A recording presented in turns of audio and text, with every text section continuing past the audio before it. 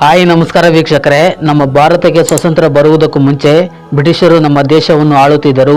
ಆ ಸಮಯದಲ್ಲಿ ಒಬ್ಬ ವ್ಯಕ್ತಿ ನಮ್ಮ ಭಾರತದ ಜನರಿಗೆ ಅವಶ್ಯಕತೆವಿರುವ ವಸ್ತುಗಳನ್ನು ತಯಾರು ಮಾಡಬೇಕೆಂದು ಆ ವ್ಯಕ್ತಿ ಮೆಡಿಕಲ್ ಲ್ಯಾಬ್ಗಳಲ್ಲಿ ಕೆಲಸ ಮಾಡಿ ಸರ್ಜರಿ ಮಾಡುವಾಗ ಬೇಕಾಗುವ ವಸ್ತುಗಳನ್ನು ತಯಾರಿಸುವುದಕ್ಕೆ ಹೋಗಿ ಆ ಬಿಸ್ನೆಸ್ನಲ್ಲಿಯೂ ಸಹ ಫೇಲ್ ಆಗಿ ಇವತ್ತು ಇಡೀ ಪ್ರಪಂಚದಲ್ಲಿ ಇವರು ತಯಾರಿಸಿರುವಂತಹ ವಸ್ತುಗಳಲ್ಲಿ ಒಂದು ವಸ್ತುವನ್ನಾದರೂ ಜನರು ಉಪಯೋಗಿಸುತ್ತಾರೆ ಅಂದರೆ ಆ ಕಂಪನಿ ಯಾವುದು? ನಾವು ಉಪಯೋಗಿಸುವಂತಹ ಚಿಕ್ಕ ಚಿಕ್ಕ ವಸ್ತುಗಳಿಂದ ಹಿಡಿದು ರಾಕೆಟ್ ಇಂಜಿನ್ಗಳವರೆಗೂ ತಯಾರು ಮಾಡುವಂತಹ ಗೋದ್ರೇಜ್ ಕಂಪನಿಯ ಬಗ್ಗೆ ಒಂದಿಷ್ಟು ಆಸಕ್ತಿಕರ ವಿಷಯಗಳನ್ನು ತಿಳಿತಾ ಹೋಗೋಣ ಬನ್ನಿ ವೀಕ್ಷಕರೇ.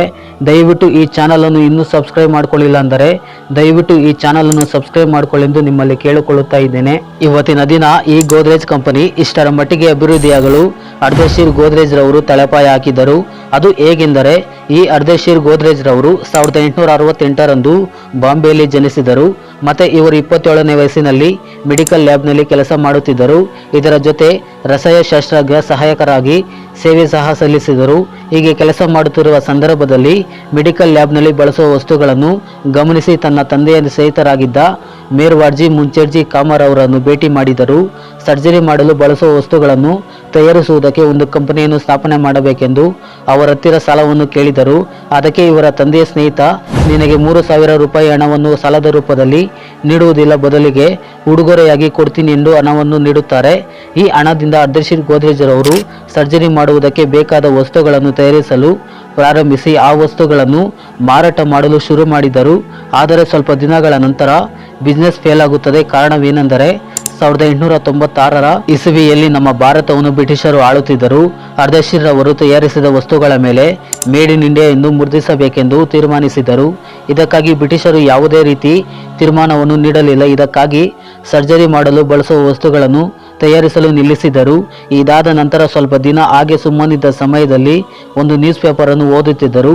ಅದರಲ್ಲಿ ಒಬ್ಬ ಮುಂಬೈ ಪೊಲೀಸ್ ಕಮಿಷನರ್, ಮುಂಬೈನಲ್ಲಿ ಕಳ್ಳರು ಜಾಸ್ತಿ ಜನ ಆಗಿದ್ದಾರೆ, ಅದಕ್ಕೆ ಯಾರಾದರೂ ಲಾಕರ್ಗಳನ್ನು ತಯಾರು ಮಾಡಿದರೆ ಈ ಸಿಟಿಯನ್ನು ಕಾಪಾಡಬಹುದು ಎಂದು ಒಂದು ಮಾಹಿತಿ ನೀಡಿದ್ದರು.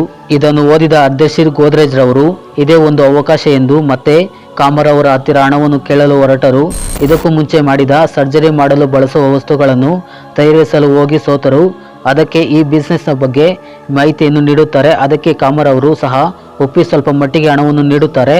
ಈ ಹಣದಿಂದ ಅರ್ಧಶೀರ್ ಅವರು ಒಂದು ಒಳ್ಳೆಯ ಉತ್ತಮವಾದ ಬೀಗಗಳನ್ನು ತಯಾರಿಸಬೇಕೆಂದು ಸತತವಾದ ಪ್ರಯತ್ನ ಮಾಡಿ ಕೇವಲ 10 ಜನರನ್ನು ಕೆಲಸಕ್ಕೆ ಇಟ್ಟುಕೊಂಡು ಮಾಡಿದ ಈ ಬಿಸ್ನೆಸ್ 1897ರ ಅಷ್ಟರೊಳಗಡೆ ಭಾರತದಲ್ಲಿ ನಂಬರ್ 1 ಶಕ್ತಿಯುತವಾಗಿರುವಂತಹ ಬೀಗ ಆಯಿತು. ಇವರು ತಯಾರಿಸಿದ ಬೀಗದ ಕೈ ಎಷ್ಟು ಶಕ್ತಿಯುತವಾದುದು ಅಂದರೆ, ಆಗಿನ ಸಂದರ್ಭದಲ್ಲಿ ಬ್ರಿಟಿಷ್ ರಾಣಿಯು ಸಹ ತನಗೆ ಬೇಕಾದ ವಸ್ತುಗಳನ್ನು ಸೇಫ್ ಆಗಿ ಇಟ್ಟುಕೊಳ್ಳಲು ಈ ಗೋದ್ರೇಜ್ ಬೀಗವನ್ನು ಉಪಯೋಗಿಸುತ್ತಿದ್ದರು.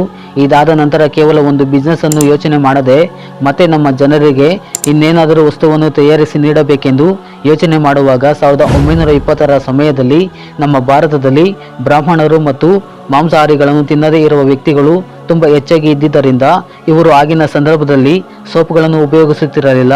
ಕಾರಣವೇನೆಂದರೆ ಆ ಸೋಪ್ಗಳಲ್ಲಿ ಮಾಂಸದ ಪಾರ್ಟ್ಸ್ಗಳಿಂದ ಸಹ ಆ ಸೋಪ್ಗಳನ್ನು ತಯಾರಿಸುತ್ತಿದ್ದರು. ಇದನ್ನು ಮಾಯ ಮಾಡಬೇಕೆಂದು ಗೋದ್ರೇಜ್ ಕಂಪನಿಯವರು ಭಾರತದಲ್ಲಿ ಮೊಟ್ಟ ಮೊದಲ ಬಾರಿಗೆ ಬೆರಿ ವೆಜಿಟೇರಿಯನ್ ಆಯಿಲ್ನಿಂದ ಸೋಪನ್ನು ತಯಾರಿಸಿದರು. ಅದೇ ಸಿಂಥಾಲ್ ಮತ್ತು ವೆಟ್ನಿ ಸೋಪ್. ಹೀಗೆ ನಮ್ಮ ದೇಶಕ್ಕೆ ಸ್ವಾತಂತ್ರ್ಯ ಬರುವುದಕ್ಕೂ ಮುಂಚೆಯೇ ಗೋದ್ರೇಜ್ ಕಂಪನಿ ಸ್ಥಾಪನೆಯಾಗಿ ಇನ್ನೂ ಅನೇಕ ರೀತಿಯ ಭಾರತದ ಜನರಿಗೆ ತುಂಬ ಅವಶ್ಯಕತೆವಿರುವ ವಸ್ತುಗಳನ್ನು ತಯಾರಿಸಲು ಮುಂದಾಯಿತು. ಅದರಲ್ಲಿ ಫರ್ನಿಚರ್, ಕಬೋರ್ಡ್ಗಳು, ಬಾಗಿಲುಗಳು ಮತ್ತು ಏರ್ ಡೈ ಇನ್ನೂ ಮುಂತಾದ ವಸ್ತುಗಳನ್ನು ತಯಾರಿಸಿ ಭಾರತದ ಜನರಿಗೆ ನೀಡಿದ್ದಾರೆ. ಇಷ್ಟೇ ಅಲ್ಲದೆ ಈ ವಸ್ತುಗಳನ್ನು ಸಾಕಷ್ಟು ತರಹದ ಮಧ್ಯಮ ವರ್ಗದ ಜನರನ್ನು ಒಂದು ಗುರಿಯಾಗಿ ಇಟ್ಟುಕೊಂಡು ಕಡಿಮೆ ಬೆಲೆಗೆ ವಸ್ತುಗಳನ್ನು ಮಾರಾಟ ಮಾಡುತ್ತಿದ್ದರು. ಇದಾದ ನಂತರ 1951ರಲ್ಲಿ ನಮ್ಮ ಭಾರತದಲ್ಲಿ ನಡೆದ ಫಸ್ಟ್ ಜನರಲ್ ಎಲೆಕ್ಷನ್ಗಾಗಿ ಮತ ಹಾಕುವ ಚೀಟಿಗಳನ್ನು ಸೇಫ್ ಆಗಿ ಇಟ್ಟುಕೊಳ್ಳಲು ವ್ಯಾಲೆಟ್ ಬ್ಯಾಗ್ ಸಹ ಇವರೇ ಕಂಡುಹಿಡಿದಿದ್ದು. ಮತ್ತೆ ಇದಕ್ಕೂ ಮುಂಚೆ 1940ರ ಸಮಯದಲ್ಲಿ ಟೈಪ್ ರೈಟರ್ಸ್ಗೆ ತುಂಬಾನೇ ಡಿಮ್ಯಾಂಡ್ ಇತ್ತು. ಆಗಿನ ಸಂದರ್ಭದಲ್ಲಿ ಭಾರತದಲ್ಲಿ ಟೈಪ್ ರೈಟರ್ಸ್ ಅನ್ನು ಯಾರೂ ಕಂಡುಹಿಡಿದಿರಲಿಲ್ಲ. ಇದಕ್ಕಾಗಿ ಸುತ್ತಮುತ್ತಲಿರುವ ದೇಶಗಳಲ್ಲಿ ಈ ಟೈಪ್ ರೈಟರ್ಸ್ನ ಟೆಕ್ನಾಲಜಿಯನ್ನು ಕಲಿತುಕೊಂಡು 1955ರಲ್ಲಿ ಭಾರತದಲ್ಲಿ ಮೊದಲ ಟೈಪ್ ರೈಟರ್ಸ್ಗಳನ್ನು ತಯಾರಿಸಿ ಸಾರ್ವಜನಿಕರಿಗೆ ಮಾರಾಟ ಮಾಡಲು ಪ್ರಾರಂಭಿಸಿದರು. ಇಷ್ಟೇ ಅಲ್ಲದೆ ಭಾರತದಲ್ಲಿ ಜನರು ತಿನ್ನುವಂತಹ ತರಕಾರಿಗಳು ಇನ್ನಿತರವು ತಿನ್ನುವಂತಹ ವಸ್ತುಗಳು ಸಾಕಷ್ಟು ದಿನಗಳವರೆಗೆ ಕೆಟ್ಟು ಹೋಗದ ಹಾಗೆ ಇರಬೇಕೆಂದು ಫ್ರಿಡ್ಜನ್ನು ಇವರೇ ಮೊದಲು ಕಂಡುಹಿಡಿದಿದ್ದು, ಇವರಿಂದನೇ ಇವತ್ತು ಬಡವ ಮತ್ತು ಶ್ರೀಮಂತ ಅಲ್ಲದೆ ಎಲ್ಲರೂ ತೆಗೆದುಕೊಳ್ಳುವಂತಹ ತುಂಬಾ ಕಡಿಮೆ ಬೆಲೆಗೆ ಮಾರಾಟ ಮಾಡುತ್ತಿದ್ದರು. ಸ್ವಲ್ಪ ವರ್ಷಗಳ ಹಿಂದೆ ಶ್ರೀಮಂತರು ಮಾತ್ರ ಈ ಫ್ರಿಡ್ಜನ್ನು ತೆಗೆದುಕೊಳ್ಳುತ್ತಿದ್ದರು. ಇಷ್ಟೆಲ್ಲ ಮಾಡಿದ ಈ ಗೋದ್ರೇಜ್ ಕಂಪನಿಯ ಓನರ್ ಆಗಿದ್ದಂತಹ ಆರ್ದೇಶಿರ್ ಗೋದ್ರೇಜ್ ರವರು 1936ರಲ್ಲಿ ಮಕ್ಕಳಿಲ್ಲದೆ ಮರಣವನ್ನು ಹೊಂದಿದ್ದರು. ಅದಕ್ಕಾಗಿ ಈ ಕಂಪನಿಯನ್ನು ತನ್ನ ಸ್ವಂತ ತಮ್ಮನಾಗಿದ್ದ ಪಿರೋಷಿ ಗೋದ್ರೇಜ್ ಅವರು ನಡೆಸುವುದಕ್ಕೆ ಯೋಚಿಸಿದರು. ಆರ್ದೇಶಿರ್ ಗೋದ್ರೇಜ್ ರವರು ಉತ್ತಮವಾದ ವಸ್ತುಗಳನ್ನು ತಯಾರು ಮಾಡುವುದರಲ್ಲಿ ಭಾಗಿಯಾಗಿದ್ದರು. ಪಿರೋಷಿ ಗೋದ್ರೇಜ್ ರವರು ತನ್ನ ಅಣ್ಣ ತಯಾರು ಮಾಡಿದ ವಸ್ತುಗಳನ್ನು ಇನ್ನೂ ಹೆಚ್ಚಿನ ಜನರಿಗೆ ಮಾರಾಟ ಮಾಡಬೇಕೆಂದು ಪ್ರಯತ್ನ ಪಟ್ಟರು.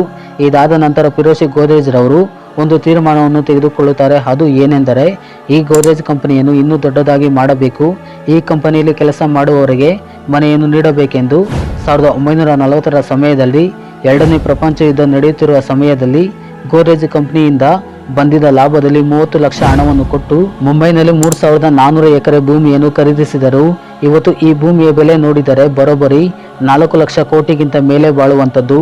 ಇದರಿಂದನೇ ಇಡೀ ಭಾರತದಲ್ಲಿ ಎರಡನೇ ದೊಡ್ಡದಾದ ಭೂಮಿಯನ್ನು ಹೊಂದಿರುವಂತಹ ಫ್ಯಾಮಿಲಿಯಾಗಿದೆ. ಈ 3400 ಎಕರೆ ಭೂಮಿಯಲ್ಲಿ 1000 ಎಕರೆ ಭೂಮಿಯನ್ನು ಮಾತ್ರ ಬೇರೆ ಬೇರೆ ರೀತಿಯ ಬಿಸ್ನೆಸ್ಗಳ ಗೋದ್ರೇಜ್ ಕಂಪನಿಗೆ ಮತ್ತು ಆ ಕಂಪನಿಗಳಲ್ಲಿ ಕೆಲಸ ಮಾಡುವ ಕೆಲಸಗಾರರಿಗೆ ಮನೆಯನ್ನು ನೀಡಿದ್ದಾರೆ ಮತ್ತು ಇನ್ನೂ ಉತ್ತಮವಾದ ಬೇರೆ ಬೇರೆ ಕಂಪನಿಗಳನ್ನು ಕಟ್ಟುವುದಕ್ಕೆ ಇಟ್ಟಿದ್ದಾರೆ. ಇನ್ನುಳಿದ 2400 ಎಕರೆಯಲ್ಲಿ 1700 ಎಕರೆಯನ್ನು ಮ್ಯಾಂಗ್ರೋವ್ ಮರಗಳ ಕಾಡನ್ನು ಬೆಳೆಸಿದ್ದಾರೆ. ಇದರ ಜೊತೆ ಆ ವಾತಾವರಣಕ್ಕೆ ತಕ್ಕಂತೆ ಇರುವ ಮರಗಳನ್ನು ಬೆಳೆಸಿದ್ದಾರೆ. ಇನ್ನು ಮಿಕ್ಕಿದ ಎಕರೆಯನ್ನು ಸ್ಲಮ್ ಏರಿಯಾಗಳಾಗಿ ಮಾರ್ಪಾಡಾಯಿತು.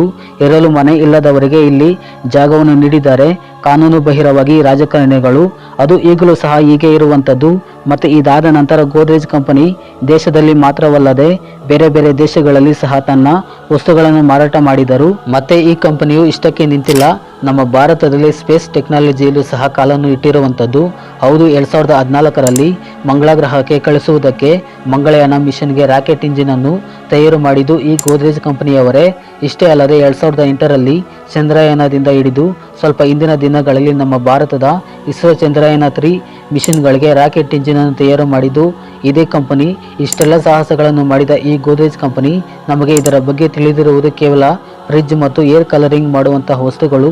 ಇಷ್ಟೇ ಅಲ್ಲದೆ ತಾನು ಸಂಪಾದನೆ ಮಾಡುತ್ತಿರುವ ಲಾಭದಲ್ಲಿ 23% ಹಣವನ್ನು ಬಡವರಿಗೆ ವಿದ್ಯೆ, ಆರೋಗ್ಯ ಮುಂತಾದ ಉದ್ದೇಶಗಳಿಗೆ ಪಿರೋಷ್ ಗೋದ್ರೇಜ್ ಫೌಂಡೇಶನ್ ನಿಂದ ಸಹಾಯವನ್ನು ಮಾಡುತ್ತಾರೆ.